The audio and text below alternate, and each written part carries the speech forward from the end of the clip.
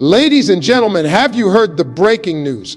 The tides of history have shifted, and for once it's not just politics, not just borders, not just diplomacy, it's water. Yes, water, the most basic element of survival, has become the greatest weapon of power. And today, we stand at a turning point where Pakistan sinks under its own failures while India rises with strategy, strength, and vision. India's strategic control of water resources has become a defining moment in history where natural elements have been transformed into instruments of power. For decades, the rivers flowing from India into Pakistan have been both a lifeline and a vulnerability, yet only one nation truly understood their importance.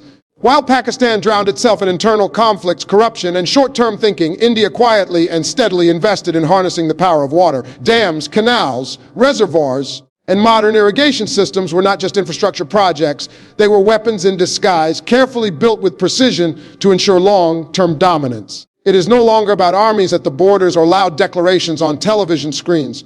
The real battlefield has shifted to the rivers, and India has emerged as the undisputed victor. Water is the foundation of agriculture, industry, and human survival. Without it, a nation collapses from within.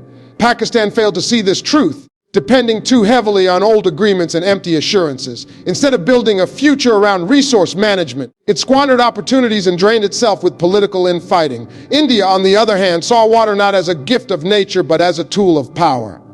By controlling the flow, regulating the supply, and planning for decades ahead, it positioned itself to dictate the very survival of its neighbor.